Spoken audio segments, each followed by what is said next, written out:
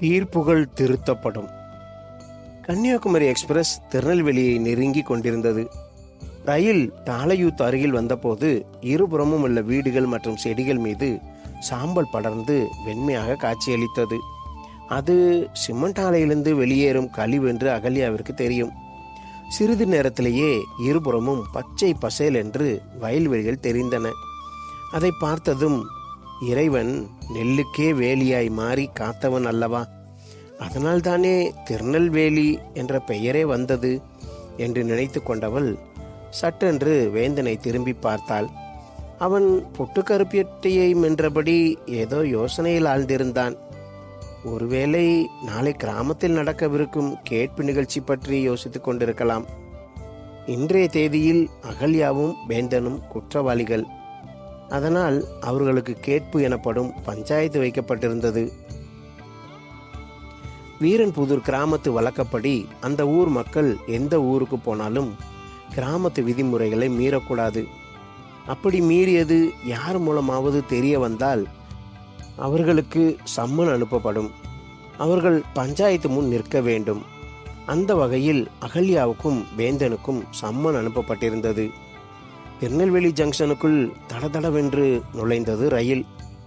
அகல்யாவை கைத்தாங்களாக இறக்கிய வேந்தன் அவள் கையில் ஊன்றுகோலை கொடுத்தான்.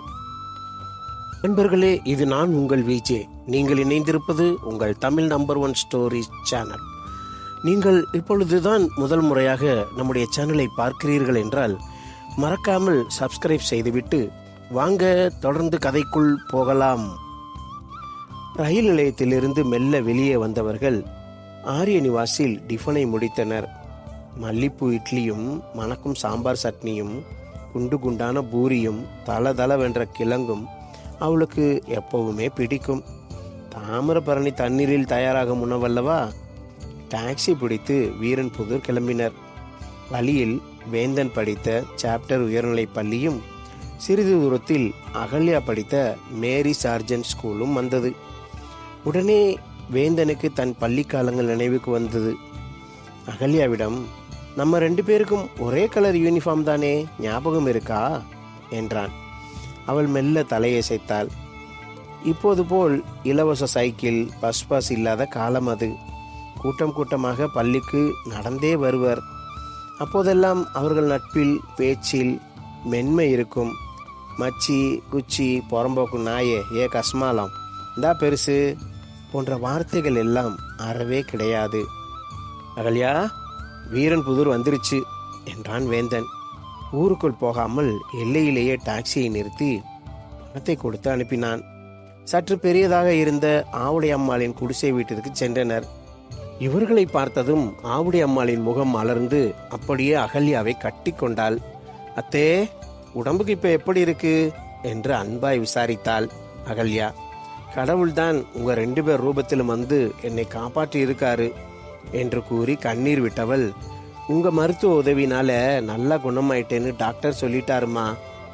மருந்து மட்டும் சாப்பிட்டா போதுமாம்.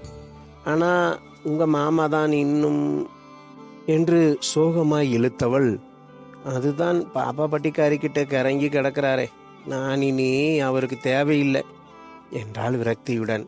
அத்தே, இதை நான் விட போறதில்லை என்றாள் ஆவேசமாக அகல்யா. அவளை சமாதானப்படுத்தினான் வேந்தன். சற்று நேரத்தில் சுட சுட கருப்பட்டி காப்பி தந்தாள் ஆவுடை அம்மாள். வேப்ப மரத்தடியில் கயிற்றுக்கட்டிலில் அமர்ந்தவாறே அதை ரசித்து பருகினர் இருவரும். தூரத்தில் மேற்கு தொடர்ச்சி மலை அழகாக படுத்து கிடந்தது. அதை பார்த்ததும், கடவுள் கல்லால் போட்ட கையெழுத்து என்றாள் அகல்யா. ஆஹா, நீ எப்போ புது கவிதை எழுத ஆரம்பிச்ச என்று வியந்தான் வேந்தன். அப்போது தூரத்தில் பறைச்சத்தம் கேட்டு வெளியே ஓடி வந்தாள் ஆவுடை அம்மாள். இதனால் சகலமானவர்களுக்கும் அறிவிப்பது என்னவென்றால், நாளை காலை 10 மணிக்கு அம்மன் கோவில் ஆலமரத்தடியில் முல்லைப்பட்டி கோவிந்தன் மகன் வேந்தனுக்கும் வீரன்புதூர் தணிகாச்சல மக அகல்யாவுக்கும் கேட்பு வச்சிருக்கு. எல்லாரும் தவறாம வந்துருங்கோ, வரவங்களுக்கெல்லாம் சீனி காப்பி உண்டு என்று பறைசாற்றி சென்றான்.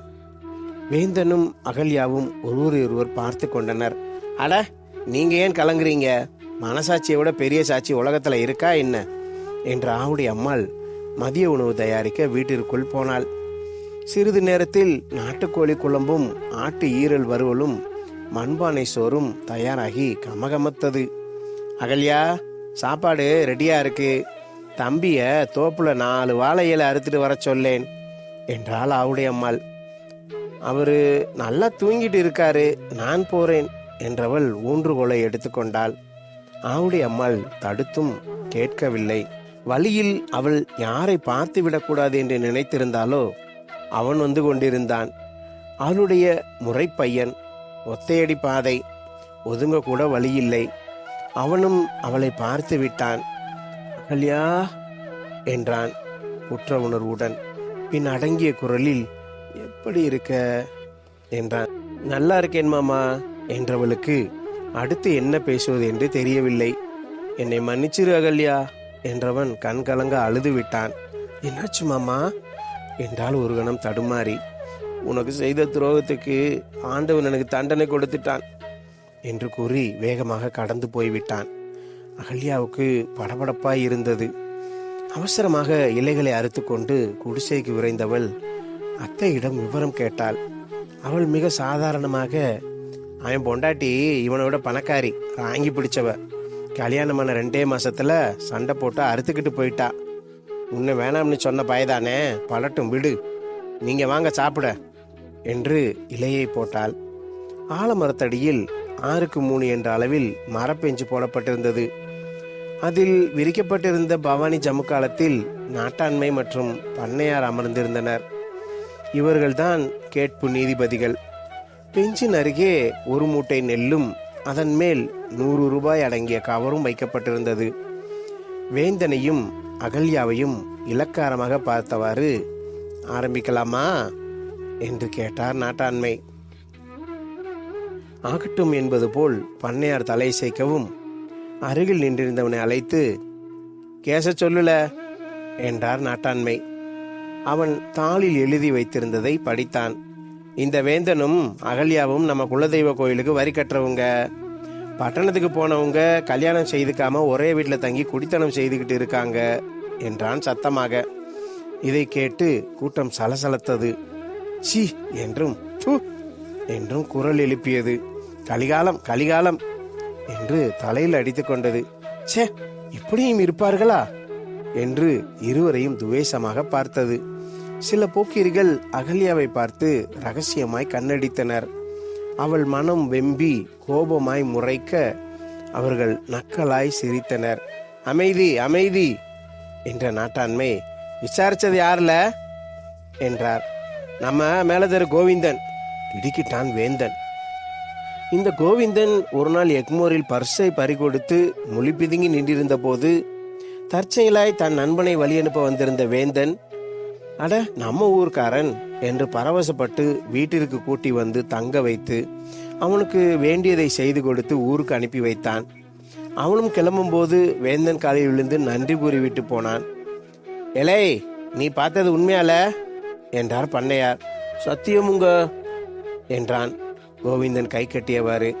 அப்ப இவனுக்கு 1 மூட்டை நெல்லையும் 100 ரூபாயும் கொடுத்து அனுப்புங்க என்றதும் கேட்பு அறிவித்தவன் நெல் மூட்டை மற்றும் ரூபாயை கொடுக்க அதை வாங்கி கொண்டு ஓடிப்போனான் கோவிந்தன். அகல்யாவை வெறுப்புடன் பார்த்தவாறு, இதெல்லாம் உண்மையா என்றார் பண்ணையார். ஆமா என்றாள் அகல்யா. இந்த பதிலை கேட்டதும் மீண்டும் கூட்டத்தில் சலசலப்பு எழுந்தது. ரொம்பத்தான் அராத்து, இதுகளுக்கு கரும்புள்ளி செம்புள்ளி குத்தி கழுத மேலே ஏத்தணும் என்று கூட்டத்தில் ஒரு குரல் ஓங்கி ஒலித்தது. கொஞ்சம் அமைதியா இருங்களே என்ற நாட்டாண்மை, அப்புறம் என்ன, குத்தம் நடந்திருக்கு, அதுக்கு சாட்சியம் இருக்கு, சம்பந்தப்பட்டவங்களும் குத்தத்தை ஒத்துக்கிட்டாங்க, அதனால வேந்தன் 50,000 ரூபாய் அபராதம் கட்டுறதுடன் அம்மன் கோவிலுக்கு 1 மாசம் உழவார பணி செய்யணும் என்றவர், யோ பண்ணையாரே, அந்த பொண்ணுக்கு நீர் சொல்லும் என்றார். தொண்டையை செருமி கொண்டு, இதுவே உள்ளூர்ல நடந்திருந்தா தண்டனையே வேற. சரி போகட்டும், பொண்ணும் பையனும் பிரிஞ்சே இருக்கணும். பொண்ணுக்கு 25,000 ரூபாய் அபராதம், அம்மன் கோவிலுக்கு 1001 மாவிளக்கு போடணும், இதோட கேட்பு முடியுது என்றவர் துண்டை உதறி தோளில் போட்டார். கூட்டம் சலசலப்புடன் கரைய ஆரம்பித்த போது எல்லாரும் கொஞ்சம் நில்லுங்க என்றாள் உரத்த குரலில் அகல்யா. அனைவரும் ஆச்சரியத்துடன் அப்படியே நின்றனர். பெரியவங்களே, உங்ககிட்ட ஒரு நீதி கேட்கணும் என்றதும் அவளையே அதிர்ச்சியுடன் பார்த்தனர் நாட்டாண்மையும் பண்ணையாரும். கேட்பு முடிந்த பின் அது குறித்து பேசுவது அவ்வூர் வழக்கம் அல்ல.